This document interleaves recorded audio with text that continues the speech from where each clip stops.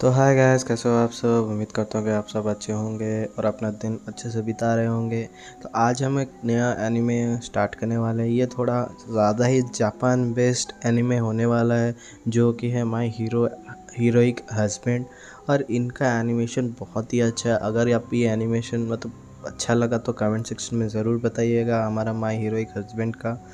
तो चलिए शुरू करते हैं हमारा एपिसोड नंबर 1 और देखते हैं कि इस नए एनिमे में स्टार्टिंग में होता क्या है। तो एपिसोड के स्टार्टिंग में हमें एक लड़के को दिखाया जाता है जिसका नाम है यूइंग, जो कि हमारा इस एनिमे का हीरो होने वाला है। तो हमें बेसिकली दिखाया जाता है कि हमारा जो हीरो है यूइंग, वो एक जब वो एक बेहोश पड़ा रहता है एक मेंशन के अंदर, और वो जब उठता है तो वो शॉक रहता है कि वो कहाँ पर है। और जब वो उठ के उसके बगल में उसके एक असिस्टेंट रहती है जो कि उसको देखभाल करती रहती है, और वो उससे पूछता है वो कहाँ पर है, तो वो बताती है कि वो अभी सू रेसिडेंशियल में है।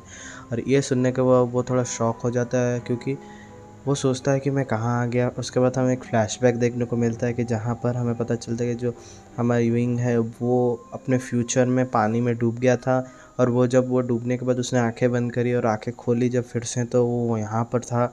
और वो सोचता है कि वो एक सपने में है। तो वो सपने, और वो ये भी सोचता है कि अगर मैं सपने में हूँ तो मैं इतने पुराने टाइम वाले पीरियड में क्यों आ गया हूँ।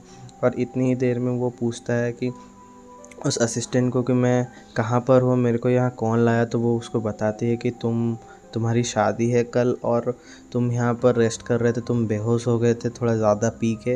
ये सुनने के बाद हमारा जो यूइंग रहता है वो थोड़ा चौंक रह जाता है और वो अपना फ़ोन ढूंढता है। तो उसका फ़ोन वहाँ उसे ढूंढने के बाद थोड़ी देर के बाद मिलता है एक टेबल पे। और उस टेबल पे उस फ़ोन को ऐसा ऐसा कलर पैड की तरह यूज़ कर रही थी वो असिस्टेंट अपने ड्राइंग बनाने के लिए, जिससे कि वो थोड़ा गुस्सा होता है और अपना फ़ोन वहाँ से ले लेता है और उसे बोलता है कि ये एक ड्राइंग पैड नहीं है, मतलब कलरिंग पैड नहीं है, तुम इसके ऊपर कलर मत लगाओ। उसके बाद तो वो जो फ़ोन साफ़ करके वो फ़ोन को देखता है तो वो जानने को मिलता है कि वो टाइम में बहुत पीछे आ गया है। और ये टाइम पीरियड लाइक बहुत इजिप्ट तो नहीं, बहुत ओल्ड टाइम पे आ गया है। और वो अपने आप को पिंच भी करता है कि वो सपने में है या नहीं।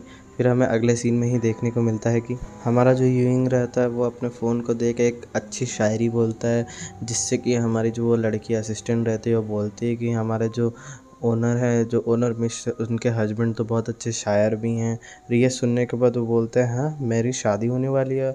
और बेसिकली हमारी यूइंग को शादी से नफ़रत रहती है, क्योंकि उसे जीवन भर अकेला रहना था। और ये सुनने के बाद हमारी वो लड़की बोलती है कि आप तो दुनिया के सबसे अच्छे मतलब सबसे लकीस्ट पर्सन लगते हो मेरे को, क्योंकि आपके पास ना बैंक बैलेंस है, आपने बहुत उधारी लेके रखी है, ना आपके पास कोई टैलेंट है, ना आप कुछ कर सकते हो अच्छी, आपके पास कोई ऐसी पावर है कि ऐसा कुछ भी नहीं है आपके पास, आप पूरे माइनस में चल रहे हो।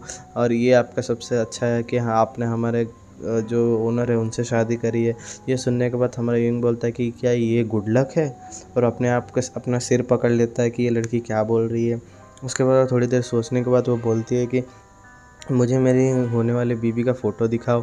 और वो फ़ोटो ऐसा सामने पे एक बना हुआ ड्राइंग बेसिकली वो जो रहती है असिस्टेंट वो ड्राइंग बनाती रहती है दोनों का।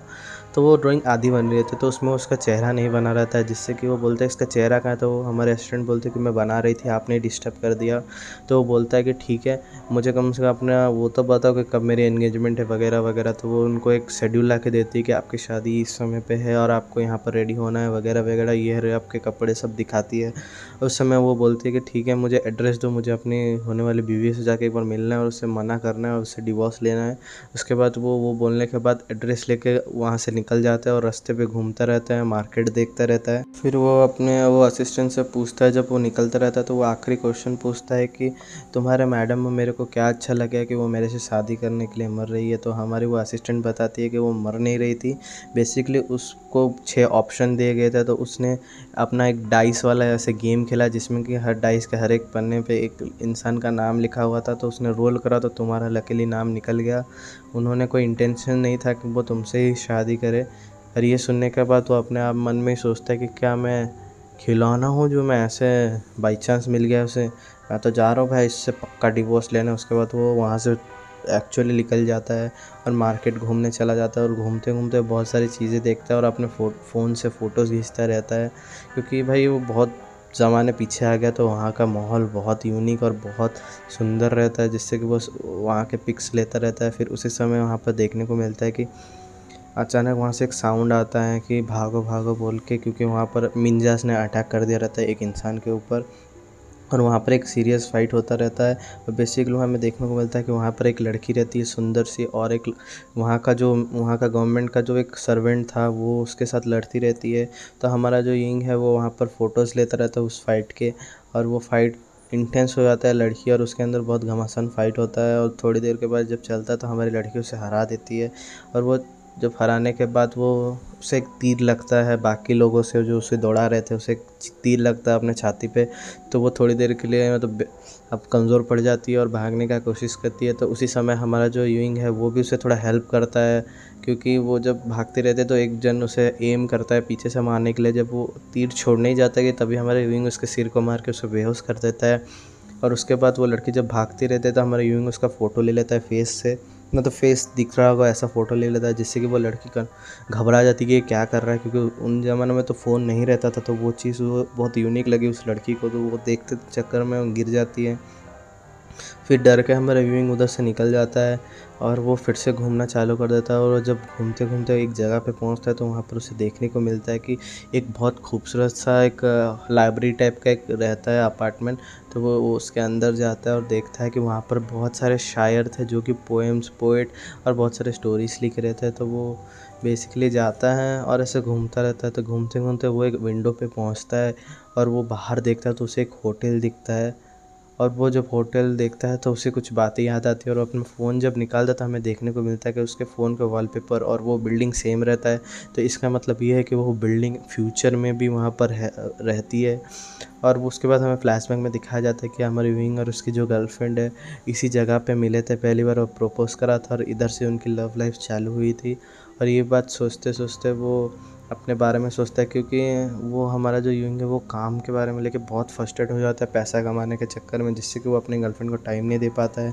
फिर एक दिन जब वो सक्सेसफुल आदमी बन जाता है तब वो काम अपना नॉर्मल करता रहता है और उसकी ज़िंदगी बहुत अच्छी चलती रहती है। तब एक दिन वो जब कुछ काम करता रहता है तो वो बेहोश हो जाता है, और जब वो डॉक्टर को दिखाता है उसे पता चलता है कि उसके पास ज़्यादा दिन नहीं है इस दुनिया में जीने के लिए।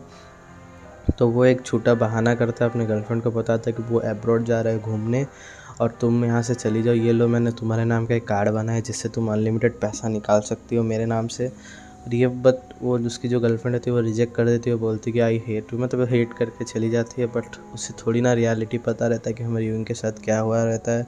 और वही सीन को वो सोचते सोचते अपने इस टाइम पे जो पुराने ज़माने पे वो एक शायरी बोलता रहता है, ये बातें याद करते करते एक पोएम बोलता रहता है। तो उसी समय हमें देखने को मिलता है कि वो जब पीछे घूमता है तो वहाँ पर बहुत सारे लोग रहते हैं और वो सोचते हैं कि बेसिकली हमारा जो यूइंग है वो तो अपनी दुख भरी दास्तां अपने मन में ऐसे बात करता रहता है। बट हमारे पीछे जो रहते हैं वो सोचता है कि एक बहुत बड़ा पोएट है और वो ऐसे नए पोएट यहाँ पर इन्वेंट कर रहा है जो कि हमें लिख लेना चाहिए। और वो उससे बोलते हैं कि आप फिर से बोलेंगे कि मैं इस चीज़ को नोट कर लूँ। फिर हमें उसी समय देखने को मिलता है कि वहाँ पर एक लड़की आती है, मतलब वहाँ के जो एक चीफ हेड टाइप की एक लड़की है होती है वो आती है वहाँ पर उसका पोएम सुन के हमारी विंग की। और जब हमारे यूइंग उसके चेहरे को देखता है वो दंग रह जाता है, क्योंकि इस ज़िंदगी में मतलब जब वो टाइम में पीछे आ गया तो इस लड़की का चेहरा उसके फ्यूचर में जो गर्लफ्रेंड थी उसके चेहरे से मैच करती थी। और वो लड़की बोलती है कि तुम आ गए।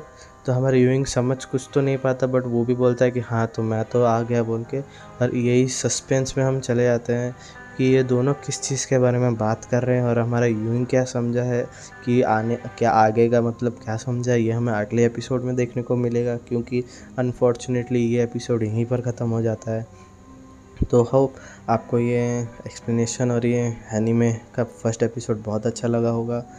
तो मिलते हैं हम अगले एपिसोड में। हाँ, अगर आप कमेंट्स करोगे तो मैं इसका अलग दूसरा वाला एपिसोड बहुत जल्दी लेके आऊँगा।